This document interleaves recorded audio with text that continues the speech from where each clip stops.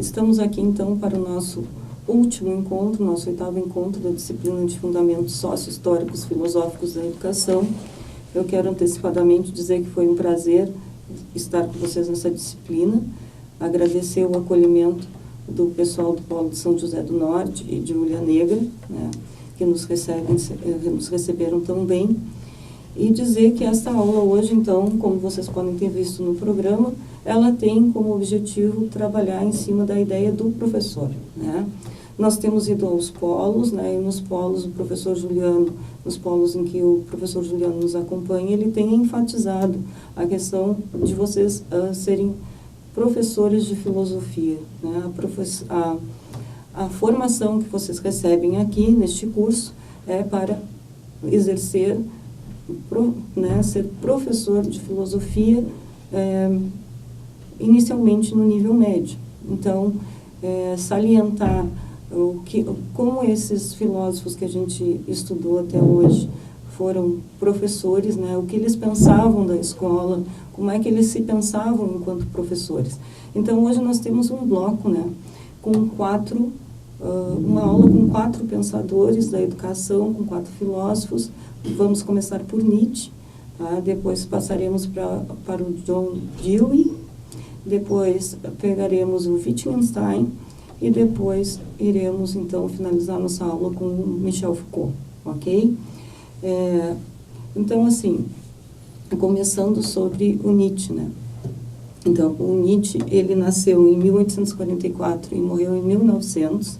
Ele foi professor entre 1969 e 1979, ou seja, ele exerceu a profissão de professor durante 10 anos, né? Ele foi professor de filologia e ele teve, então, um contato direto com a realidade da escola alemã e teve, então, a partir desse contato, elaborou uma série de críticas bastante duras, né? O Nietzsche é um autor crítico da sociedade de seu tempo. Então, a gente tem obras de destaque dele na educação, são as Considerações Intempestivas, né, e sobre o futuro de nossos estabelecimentos de ensino, que é uma obra inacabada, que é formada por uma série de conferências que foram proferidas em 1872, entre janeiro e março. Sobre essas conferências, a professora Kellen trabalha na nossa apostila, né, na disciplina da nossa apostila, na apostila de nossa disciplina, melhor dizendo, e vocês podem começar a acompanhar o Nietzsche ali a partir da página 53, ok? Quero lembrar que os textos complementares ao final dos capítulos também poderão devem ser estudados e poderão fazer parte de nossa avaliação. Então, agora a gente vai assistir a um vídeo bem curtinho, de 1 minuto e 31, né, com o professor Severino, e voltamos a conversar, então, sobre o Nietzsche. O homem deve ser um espírito livre. Não deve se deixar conduzir como uma ovelha em um rebanho. Um indivíduo que exerce plenamente sua vontade de potência torna-se, para Nietzsche, um super-homem. Um indivíduo superior que não se deixa dominar por nenhuma força externa à sua vontade. Para ele, promover este homem superior deve ser o papel da educação.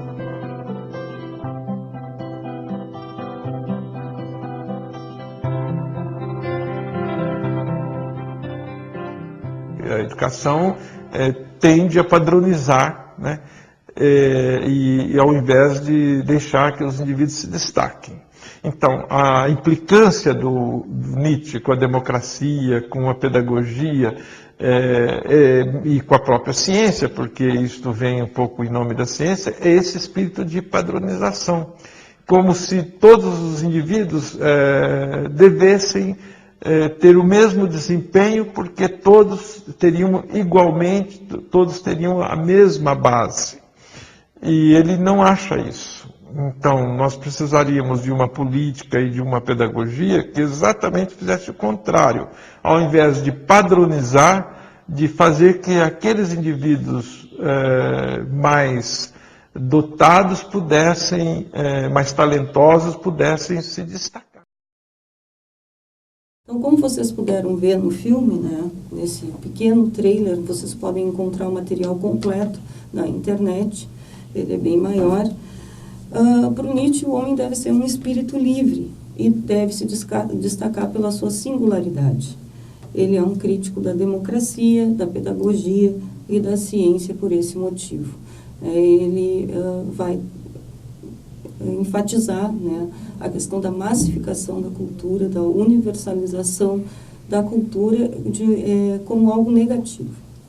Então, agora vocês vão poder acompanhar aí na lâmina 1, né, para o Nietzsche, um dos papéis do professor é elevar o aluno além da mediocridade, potencializando a sua singularidade. Então, exatamente no caminho contrário da massificação escolar. O filósofo é contrário ao adestramento realizado pelas instituições. E em toda a sua obra é perceptível a preocupação com a formação de outro ser humano.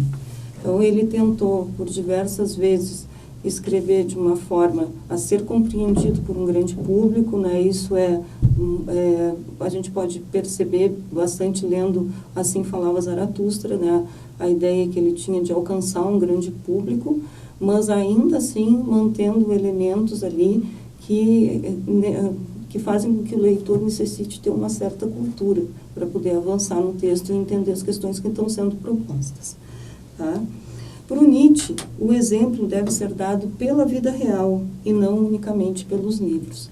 Então, uma outra crítica do Nietzsche à escolarização, né, que ela é memorizadora, de novo, ele faz aqui essa crítica à questão da memorização, né, e essa questão de que a vida também ensina, né, a vida é um elemento muito importante na filosofia nietzschiana.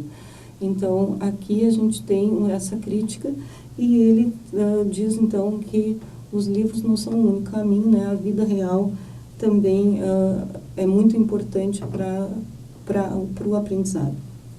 Tá?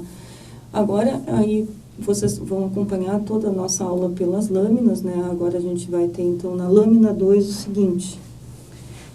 A educação, em seu tempo, apresentava duas tendências: a ampliação máxima da cultura e a redução máxima da cultura. E o filósofo Nietzsche critica ambas. Tá? A primeira, para ele, é a tentativa da universalização da cultura, conforme a gente vinha dizendo anteriormente, né? De sua extensão a grupos cada vez maiores. Ele critica uma cultura que é utilitária, permeada por critérios quantitativos. Procura-se estender a educação à maior quantidade de pessoas possível, pois o mercado necessita delas. Então, ele não concorda com essa massificação, com essa universalização. Aliás, vocês vão ver mais adiante que o Nietzsche ele era contrário ao grande número de estabelecimentos de ensino que surgem na Alemanha nesse período. Tá? E então ele acha que essa ampliação máxima da cultura ela é prejudicial, né? E eu não quero antecipar os elementos que tornam isso prejudicial, mas em seguida nós vamos ver, ok? Por outro lado, né, a redução máxima da cultura, ela é também um problema, porque ela preconiza a divisão nas ciências e a especialização do erudito em determinada área. Então, ela vai fragmentando, vai reduzindo e vai fragmentando essa formação. Tá? Isso levaria à formação de um espírito superficial, sem o elemento crítico, né? Sem o elemento emancipador e criador, ok? E ainda, né, juntando a primeira com a segunda, a maximação da cultura, né, a ampliação máxima da cultura e a redução máxima da cultura, ele vai dizer que tudo isso vai gerar uma cultura jornalística. A professora Valerão trabalha isso bastante na nossa apostila, vale a pena dar uma lida, aliás, vocês devem ler essa parte, tá? Então, ele vislumbra na Alemanha do seu tempo a formação com essas duas tendências de uma cultura jornalística, uma cultura distante da verdadeira cultura. Nietzsche vai ter em Schopenhauer o modelo de professor ideal, porque ele entende que Schopenhauer, em sua filosofia, ele preserva elementos da cultura grega, elementos clássicos que são, então, a verdadeira cultura. E ele vai fazer também uma crítica a esse, quando ele fala da ampliação máxima, né, e a formação de pessoas para o mercado, ele vai dizer que o Estado já deixou de ser aliado da cultura há muito tempo, né, que, na verdade, agora o Estado se utiliza da cultura. Quando ele vai dar um exemplo de Estado que era aliado da cultura porque ambos viajavam juntos, ele vai se referir à cultura grega. Então, agora, nesse momento, e aqui eu recordo nossas aulas anteriores, né, porque a gente viu toda uma série de autores que recomendam a educação vinculada ao Estado para a formação dos cidadãos daquela sociedade, e aqui justamente o Nietzsche vem fazer essa crítica e dizer que essa não é uma boa ideia. Por quê?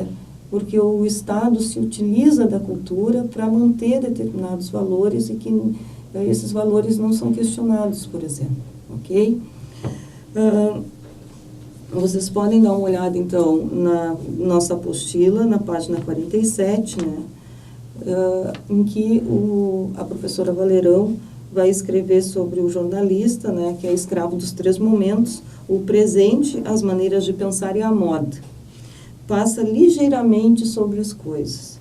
Ele escreve sobre os artistas e os pensadores, mas enquanto vive educação para a verdadeira, mas enquanto vive do instante, as grandes obras de artistas e pensadores emanam de um desejo de permanecer e ultrapassam o tempo pela força da criação. Então, a produção jornalística, ela não teria para Nietzsche esse valor de permanecer no tempo, de ultrapassar o tempo pela força da criação. Então, explorando então agora a nossa lâmina 3, que está aí para vocês acompanharem, né? Qual é a educação então para a verdadeira cultura? Como eu já tinha antecipado, um número menor de estabelecimentos de ensino. Para ele, a natureza produz um número limitado de homens capacitados para a cultura. A Alemanha, do seu tempo, promove uma massificação e universalização da cultura, formando pessoas para servirem ao Estado. No entendimento de Nietzsche, né, pessoas medíocres e adestradas.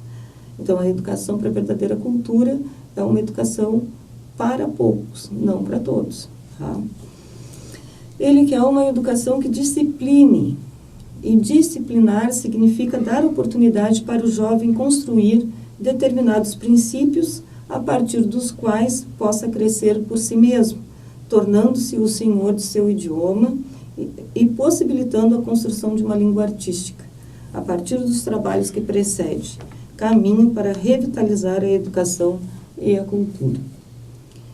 E ainda, né, para encerrar esse bloco sobre o Nietzsche vai dizer no Crepúsculo dos Ídolos o seguinte: o que as escolas superiores alemãs sabem fazer de fato é um adestramento brutal para tornar utilizável, explorável, a serviço do Estado, uma legião de jovens, com uma perda de tempo tão mínima quanto possível. Educação superior e legião, aí está uma contradição primordial. Então, ainda lá no Crepúsculo dos Ídolos, a gente pode... porque o Nietzsche, né, ele basicamente não escreve sobre educação. Só apenas o Nietzsche de juventude, como a professora Kelly nos diz ali, concepção crítica de educação no jovem Nietzsche. Então, logo no início dos seus escritos, ele se propõe a escrever sobre educação. Mais tarde, ele deixa esse tema de lado. Mas no Crepúsculo dos Ídolos, então, ele faz essa crítica ao adestramento, né, das instituições nas escolas superiores. E essa crítica é que ela pega toda uma parte de jovens e joga para dentro de uma instituição e tenta, minimizar a perda de tempo. Quer dizer, é uma massificação mesmo. Então, esse é um pouco do olhar do Nietzsche sobre a educação. Recomendo que vocês aprofundem ao longo da sua formação, porque ele é um autor crítico, então ele tem várias contribuições, né, a educação mesmo, esse olhar mais afiado, né, para os erros da educação, e tem uma proposta, embora a gente não concorde com ela, né, de certo modo, uma educação para o mínimo de pessoas, talvez não seja da concordância do maior número da turma, mas acredito que ela deva ser examinada. Então, leiam, por favor, o capítulo sobre o Nietzsche de nossa apostila. Ok? Dito isso, então, vamos examinar um pouco o que nos diz o John Dewey sobre educação. Tá? O John Dewey é um americano, ele nasceu em 1859 e morreu em 1952, quer dizer, ele viveu durante um longo tempo, ele produziu muito, foi professor durante vários anos, inclusive o Dewey, ele se aposenta e continua depois, ainda por um tempo, né, se não me engano, 9 anos, trabalhando na função de professor. E ele é um professor muito ativo, ele é alguém que se preocupa com a educação, vai escrever ao longo da sua vida vários livros sobre educação, e então ele tem uma prática reflexiva, né? Ele procura examinar o seu fazer e melhorar o seu fazer, pensando na escola e na formação das pessoas como um todo. Ele é o fundador da corrente conhecida como pragmatista na educação. Então, ele foi muito ativo, né? Ele foi profundamente engajado nas questões de educação, escreveu e dialogou sobre elas em inúmeras oportunidades. Algumas das obras principais do Dewey em educação são A Escola e o Progresso Social, Democracia e Educação, Escola e Sociedade e Experiência e Educação. Então, agora a gente vai assistir esse videozinho, tá? Ele tem 3 minutos e 26 segundos, ele não é muito demorado, e vamos conversar um pouco sobre ele. John Dewey, final do século XIX, começo do século XX. A Revolução Industrial havia mudado a velocidade da vida, o alcance da produção, o modo de pensar. Mas as transformações demoraram a chegar à escola. Nessa época, surgiu John Dewey, filósofo, psicólogo e educador americano. Nasceu em 1859, numa cidadezinha em Vermont. Estudou na universidade daquele estado e tornou-se doutor pela Universidade Johns Hopkins, em Washington.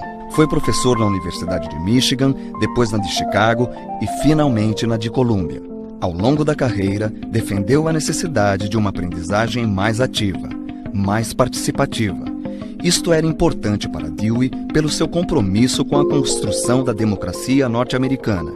Em A Escola e o Progresso Social, ele escreveu: quando a escola for capaz de levar as crianças a exercitarem a participação em uma comunidade tão reduzida quanto a própria escola, de impregnar nelas o altruísmo e de dar a elas instrumentos de uma autonomia efetiva, teremos a melhor garantia de que a sociedade no seu todo será digna, admirável e harmoniosa.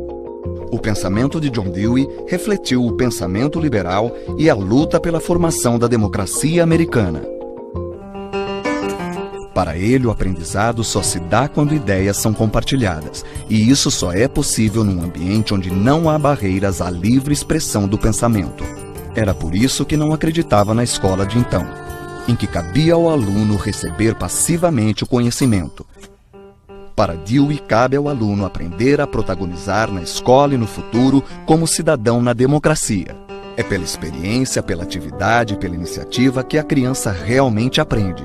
E quando adulto participará, ou seja, é necessário partir de um problema sentido pelos alunos, analisar esse problema, pensar em alternativas de resolução, experimentar várias possibilidades e, finalmente, agir como prova final da solução.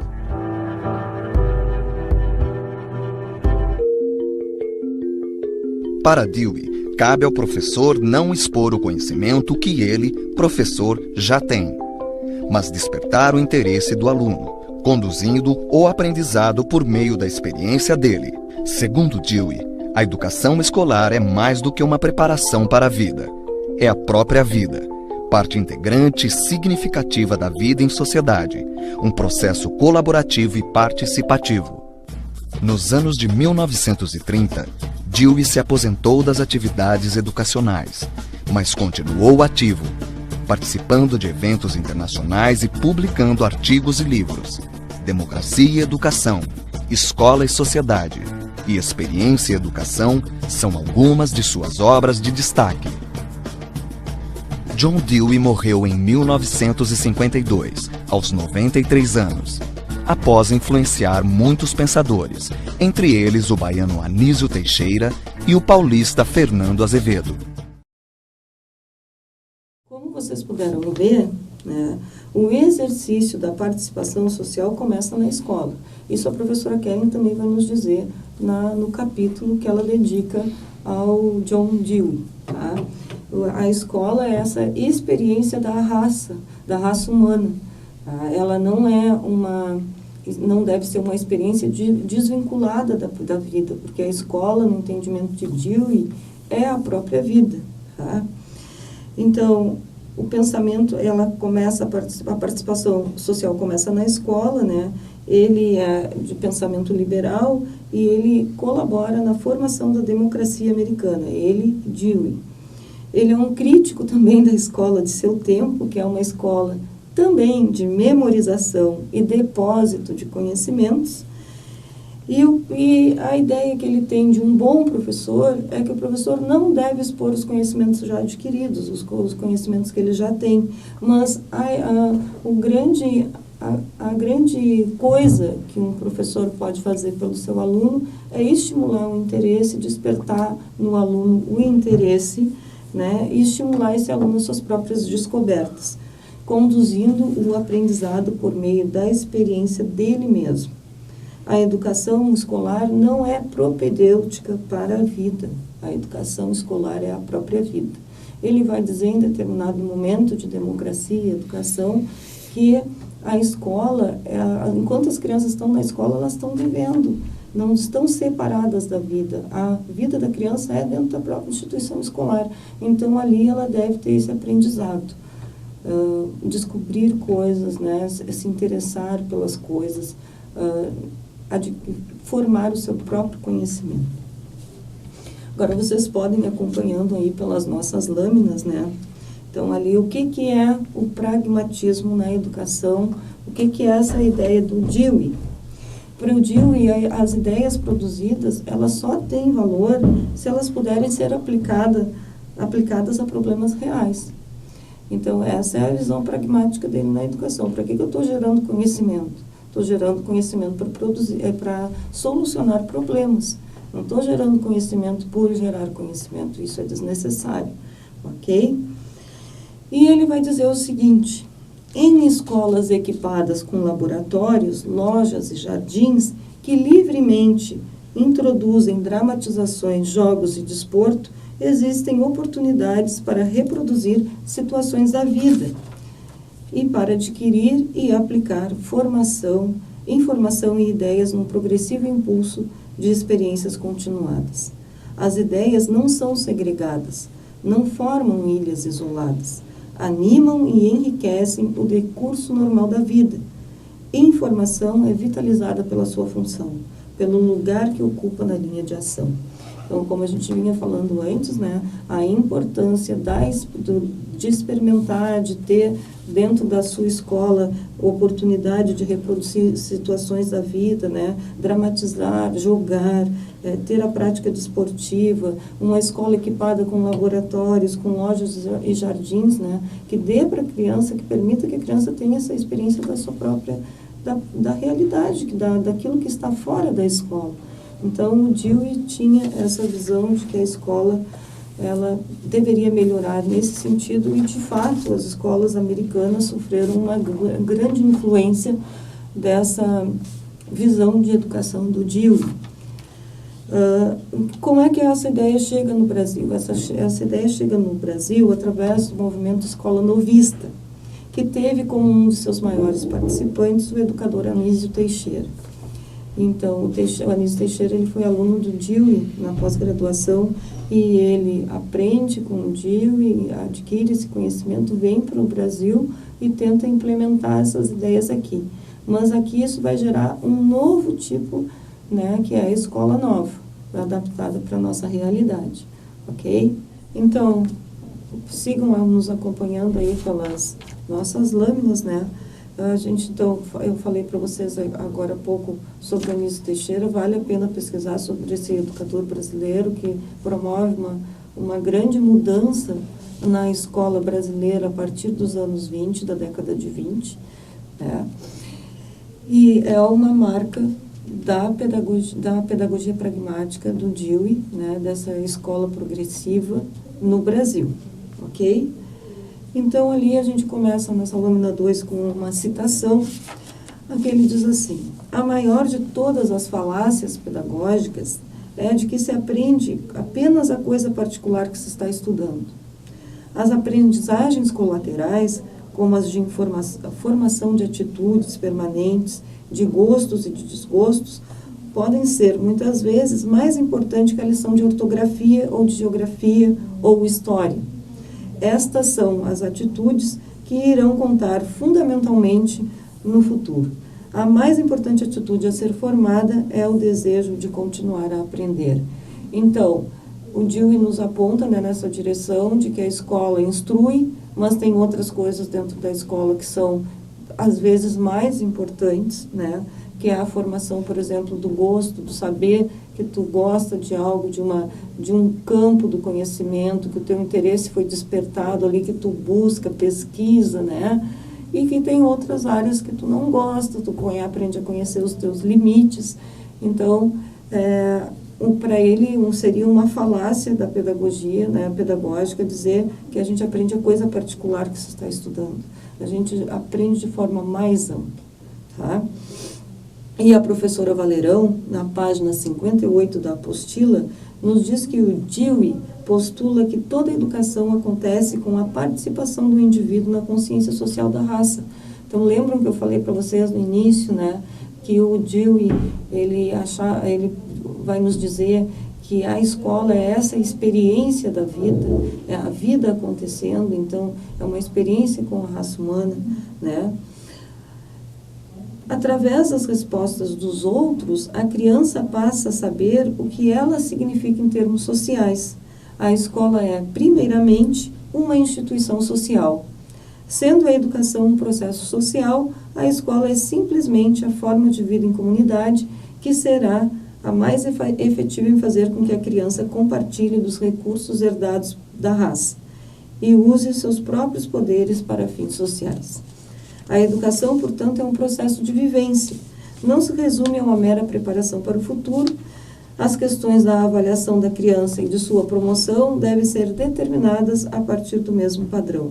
Assim, o verdadeiro da correlação nos assuntos da escola são as próprias atividades sociais da criança. Então, vocês vejam que, segundo a Valerão, né, há uma implicação direta desse olhar pedagógico que entende a escola como uma vivência na avaliação também da criança, porque se a escola vai ser assim, depois não vale cobrar, né, coisas pontuais ou fazer modelos como prova, como avaliação, né, ou que essa prova, se vai realizar uma prova, que seja uma prova nos mesmos moldes da educação que acontece naquela escola. Então, nesse sentido, de novo, afirmamos que a escola não é propedêutica para a vida, ela é a própria vida. O Dewey foi influenciado pelo empirismo, tá? Ele tem um trabalho todo pedagógico, que é o que nos interessa, né? Escrito sobre educação, mas ele também é um grande filósofo, bastante considerado no seu meio, e ele foi influenciado, então, pelo empirismo. E, então, a partir dessa influência, ele criou uma escola-laboratório, que era ligada à universidade a qual ele lecionava. Nessa escola, o Dewey começou a testar métodos pedagógicos, e ele insistia na urgência de aperfeiçoar a relação entre teoria e prática. Dewey acreditava que as hipóteses teóricas, ou as ideias, então, novamente, reforçando, só têm sentido no dia a dia. Nisso consistia o seu pragmatismo. Então, agora vamos finalizar o nosso estudo aqui sobre Dewey, lembrando que existe um capítulo bem, muito bom, né, com muitos elementos em nossa apostila, e que vocês devem ler. Então, além disso, em sua teoria, o conhecimento é construído de consensos. Então, aqui vem uma coisa muito legal do Dewey, né, que é a ideia de que o conhecimento ele é produzido no coletivo. Então, é preciso dialogar, é preciso trocar, é preciso compartilhar conhecimento, né? E ele é o resultado de debates e do aprender a pensar por si próprio. Então, eu me coloco num diálogo com o outro, eu participo da experiência que o outro está realizando e eu tiro as minhas informações, eu elaboro os meus próprios pensamentos. E eu também aprendo a colocar as minhas ideias aos demais, né? E aí eu vou compartilhando aquilo que eu vou adquirindo. E esse conhecimento, ele nunca para. Ele vai se manifestando uns nos outros, assim, uns vão auxiliando os outros a adquirir esse conhecimento. Então, ele é o resultado de conferências coletivas, tá? E aí, uma citaçãozinha do Dewey, também do livro Democracia e Educação, que ele diz assim: o aprendizado se dá quando compartilhamos experiências. Isso só é possível num ambiente democrático, onde não haja barreiras ao intercâmbio de pensamento. Então, a democracia está na escola. A democracia promove o conhecimento. É através da conversa, através do debate, através do coletivo, né, que o conhecimento se desenvolve. Cabe à escola proporcionar práticas conjuntas, promovendo situações de cooperação, em vez de lidar com crianças de forma isolada. Ok? Eu espero que vocês tenham apreciado o Dewey, né? Ele é um autor de grande relevância e que procurem, porque nós somos formados por várias concepções. As concepções de educação estão na escola, estão nos nossos professores. Se a gente olhar os nossos professores hoje, será que a gente não tinha um que era mais nietzschiano, outro que era mais da concepção do Dewey? Provavelmente. E provavelmente de todos os outros que vieram antes. E talvez com uma grande mistura, né? Porque a gente não segue por uma única linha apenas. Às vezes a gente tem uma linha que nos norteia, mas tem tanta outra coisa ali que a gente é o resultado de muitas concepções de educação. E é bom que a gente se dê por conta. Então, eu escolhi acrescentar aqui para vocês, né, no bloco 3, que eu chamei de bloco 3, o Wittgenstein, Ludwig Wittgenstein, um austríaco, né, que a princípio parece não ter nada a ver com educação. Ele foi um cara da filosofia da linguagem, da lógica, né, pouco publicou em vida, na verdade publicou apenas 2 livros em vida. Um foi um dicionário escolar e o outro foi o famoso Tratado Lógico-Filosófico, né? E, então, assim, ele não está na nossa apostila, tá? Ele está aqui, ó, nesse livro, tá? 50 Grandes Educadores Modernos, que traz o Wittgenstein como um exemplo de educador, ok? Esse é um livro bem interessante, vale a pena. Existem muitos modos de ser professor aqui, apresentam vários. Então, o Wittgenstein é um austríaco, como eu disse para vocês, de uma família abastada, né, poderosa e influente.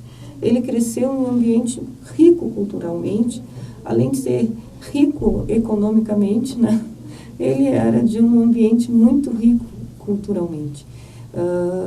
Vários músicos grandes da época frequentavam a casa dele, pintores famosos também. Existe um retrato da irmã dele pintada pelo Gustav Klimt, né? Então, ele era de uma família poderosa austríaca. E ele tinha algum talento musical, né, como os outros irmãos, mas ele também apresentava traços de depressão, como muitos membros da sua família que se mataram, tá? O Wittgenstein, ele não se mata, ele morre de câncer, mas ele tinha esses traços de depressão. E esse é um dos autores, né, que a gente tem, assim como a gente viu Adorno na aula passada, profundamente marcado pela experiência da guerra. O Wittgenstein luta na Primeira Guerra Mundial pelo exército austríaco e ele é tornado prisioneiro na Itália, onde ele fica um bom tempo. Tá? Isso, então, deixa essa marca profunda. Então, o Wittgenstein começa a dar aula, né, em pequenos povoados da Áustria em 1920, e lá ele fica até 1926. E uma coisa muito interessante é que o Wittgenstein é considerado um professor um pouco temperamental, bastante rígido, né, e que gostava de promover o pensamento filosófico entre as crianças. O autor que escreve esse livro aqui, 50 Grandes Pensadores Modernos, ele vai nos dizer que a influência do Wittgenstein são as crianças. Embora ele não trate exatamente do tema da infância, as crianças estão presentes nos seus exemplos de filosofia. Então, a grande influência teria sido esse contato com as crianças, tá? E então ele vai assim em cidades muito pequenas da Áustria dar aula. Então, escreve esse dicionário escolar é utilizado nesses pequenos povoados em que ele trabalhou. Só que, né, como dono dessa personalidade assim temperamental, digamos, ele foi afastado em 1926 por ter agredido um aluno. E não teria sido a primeira vez, agredido fisicamente. Ele desiste ali, em 1926, de ser professor. E ele carrega, e a ideia de trazer o Wittgenstein aqui é a ideia de que a carreira de professor não é uma carreira só de sucesso. A gente não vive só de sucesso. Os fracassos fazem parte da nossa experiência diária como professores. Ok? Então, ele foi afastado, ele se desculpou com o diretor, mas parece que isso não adiantou, porque, pelo que eu li, né, essas desculpas não foram aceitas porque elas não eram tomadas como verdadeiras. Tá? Ele deu aula de 1929 a 1935, depois, numa instituição irlandesa que era ligada à Universidade de Cambridge. Tá? E ele, nas suas aulas, ele apresentava para os seus alunos as dúvidas que ele tinha com relação à filosofia. E ele recomendava que os seus alunos fossem fazer algo mais útil.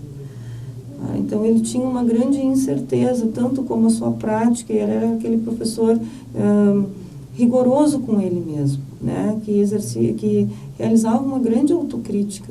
Ele era um crítico da escola, apesar de não ter escrito sobre isso, do modo como a escola era organizada, mas ele também era um crítico do seu fazer como professor, né? Mas apesar dessas dúvidas, em 1939, ele se torna, então, professor da Universidade de Cambridge. Tá? Ele escreveu um pouco sobre educação, escreveu alguns comentários e aforismos. Tá? Mas, embora ele tenha escrito pouco, ele pensou seriamente sobre ser professor. E, como já disse, tinha muitas dúvidas sobre o seu modo de ensinar. Percebam aqui, ó, a maneira dele, diferente de dar aulas, provocava estranhamento e gozação por parte dos alunos. Os alunos imitavam o Wittgenstein pelos corredores.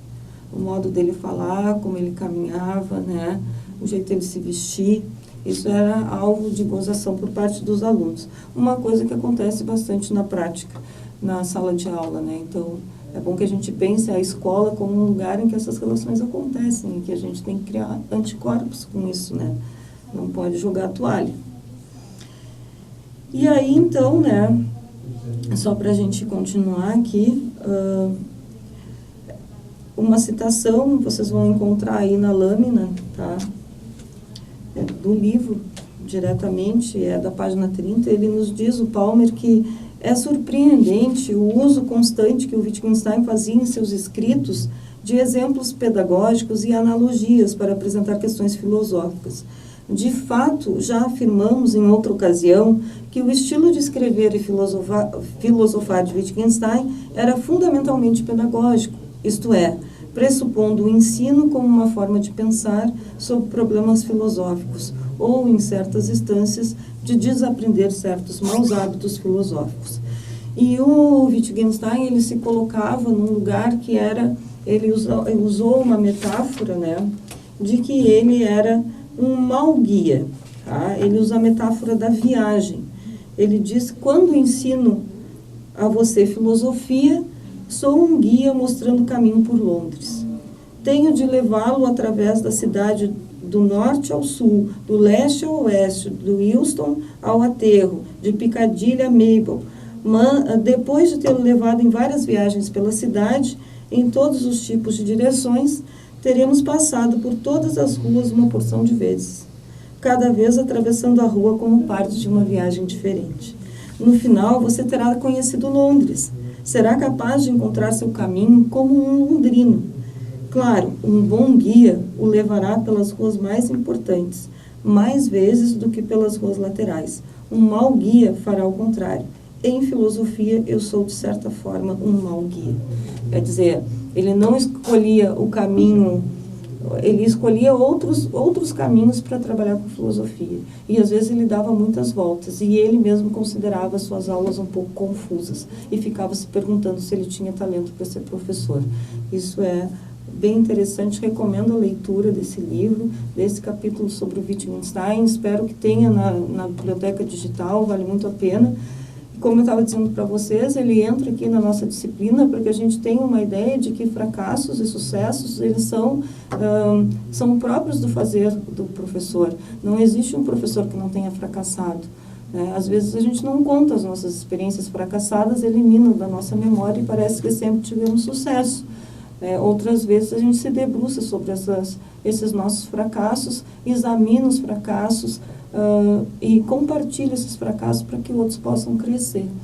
E faz a reflexão docente, que é muito importante em nossa profissão. E agora, então, vamos para o nosso último autor da nossa última aula. Tá? Então, estamos encerrando a nossa disciplina com Michel Foucault, um francês. Ele nasceu em 1926 e morreu em 1984. E o Foucault foi uma das primeiras pessoas a morrer, né, com o vírus HIV, a morrer de AIDS, numa época em que não havia tratamento. Então, não que isso seja muito relevante, Foucault deixou uma obra extensa e muito densa, inovadora, né? Mas só para vocês saberem, contextualizando o autor, né? Então, o Foucault ele foi um crítico de grande força da escola moderna. Ele atribuía, assim como Nietzsche, mas numa outra perspectiva, que a escola moderna pratica o adestramento e mantém a produção de um tipo de sociedade. Tá? Vocês podem acompanhar aí na nossa lâmina 1, né? Ele é crítico da instituição escola. Só para fazer um parênteses aqui, eu trabalhei apenas o Foucault através da nossa apostila da Valerão, né? Fundamentos da Educação, porque a professora Valerão, ela é uma especialista, né? Ela é doutora em Foucault, tá? Então, o texto dela já é bastante denso, nos traz muitos elementos, e vocês devem fazer a leitura de todo o capítulo de Foucault de nossa apostila. Então, ele é um crítico da instituição escola, né? Ele diz que nela se reproduzem as relações de poder, ele faz uma diferença entre relações de poder e exercício da violência. Não é que a escola faça o exercício da violência, mas a escola mantém essa relação de poder que é diferente porque usa dos saberes para praticar a dominação, tá? O exercício da violência vai se valer, então, da agressão física ou da questão econômica, mas a questão das relações de poder, elas manipulam, né? Eu estou usando uma expressão aqui, de uma forma diferente, porque ela vai se valer dos saberes para fazer essa disciplinarização. Então, o que é a escola, né? A escola é uma instituição disciplinar que tem como práticas pedagógicas a divisão em grupos para facilitar o controle.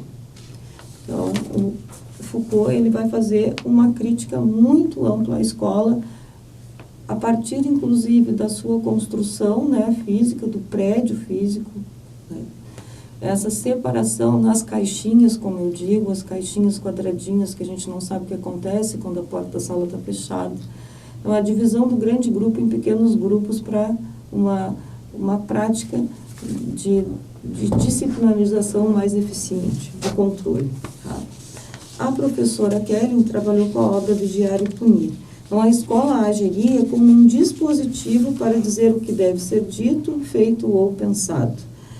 E aí ela insere ali, né, o capítulo sobre os corpos dóceis, em que o filósofo analisa as modernas formas e tecnologias utilizadas para produzir os corpos dóceis àqueles não indisciplinados. Bom, Então, a escola também faz pratica uma outra coisa, que é o que a professora Kelly nos aponta ali, que é a vigilância hierárquica. Tá? A escola, como as outras instituições que o Foucault vai olhar, ela distribui pequenos poderes, né, micropoderes de vigilância, autorizados por uma autoridade superior. Então, um cuida do outro, no sentido de cuidar mesmo, de vigiar o outro, né, para que o outro não saia da linha. Pode praticar uma denúncia, pode exercer uma punição. Então, são esses micropoderes, e aí isso é dado de forma hierárquica. A escola, em sua constante busca pelo enquadramento dos sujeitos, normatiza o tempo, produzindo sujeitos autocontrolados. Então, a gente entra na escola, a gente aprende a dividir o nosso tempo, né? Tem o tempo produtivo da sala de aula, tem o momento de prazer, que como a gente viu, isso foi colocado lá pelos romanos, né? Mas que ele adquire um outro formato na escola moderna, e ele tem por função nos disciplinar para o nosso modo de trabalho, né? A gente é treinado desde pequeno para trabalhar no momento, ter prazer num momento menor, seguir trabalhando, né? Ter um momento de descanso e retomar no outro dia para esse modelo. Então, ao normatizar o tempo, a escola passa a exigir que todos internalizem e aprendam esse tempo, que serve como medida comum para todos, determinando a aprendizagem dos sujeitos e excluindo aqueles que não se enquadram nesse tempo. Responsabilizar o sujeito pela sua aprendizagem por meio da adequação ao tempo escolar caracteriza-se como uma perversa estratégia da escola moderna para determinar aqueles que podem ou não ocupar o espaço escolar. Aqui eu trouxe alguns elementos de nossa apostila. Eu lembro que não pode ficar por aqui, né? Eu trouxe até o livro para vocês verem, O Vigiar e Punir, do Foucault, tá? É uma obra muito legal, muito boa de ler. A gente fica bastante chocado com essa perspectiva que Foucault nos apresenta, mas a gente deve também saber que existe essa perspectiva, né? Então, eu sei que foi de forma rápida, gente, mas é muita coisa para a gente trabalhar em 6, né, num semestre que não tem 6 meses, tem 4. Então, eu espero que sempre que vocês corram atrás, descubram esses autores. Vocês estão aqui no início, no primeiro semestre, tenham andado pelos polos e tenham visto que existe essa preocupação com o ser professor. Muitos já expõem isso, né? Tem levado essa questão da educação a sério, e ela deve ser levada a sério. A gente deve investigar essa, né, tentar entender. E eu quero dizer para vocês que nos últimos dias eu assisti uma conferência do professor Leandro Carnal, que me levou a comprar esse livro que eu recomendo, Conversas para com um Jovem Professor. Tá? Ele é um livro bastante simples. Aqueles que estão mais adiantados, que já são professores, já têm uma formação, já têm prática de sala de aula, talvez não se interessem tanto. Embora eu tenha essa prática e também tenha me interessado, porque ele conversa com aquele que está entrando em sala de aula, nos contando dos fracassos e dos sucessos, nos falando da relação com os colegas, do que é a escola, né? Ele vai falar sobre a questão do tempo, então, que é aquilo que eu tenho dito para vocês, né? Nós só estamos no presente com uma formação do passado e preparando crianças para o futuro. O Leandro Carnal vai trabalhar bastante nessa linha. Enfim, eu espero ter contribuído. Nós nos encontramos no próximo semestre. Um grande abraço. Até mais.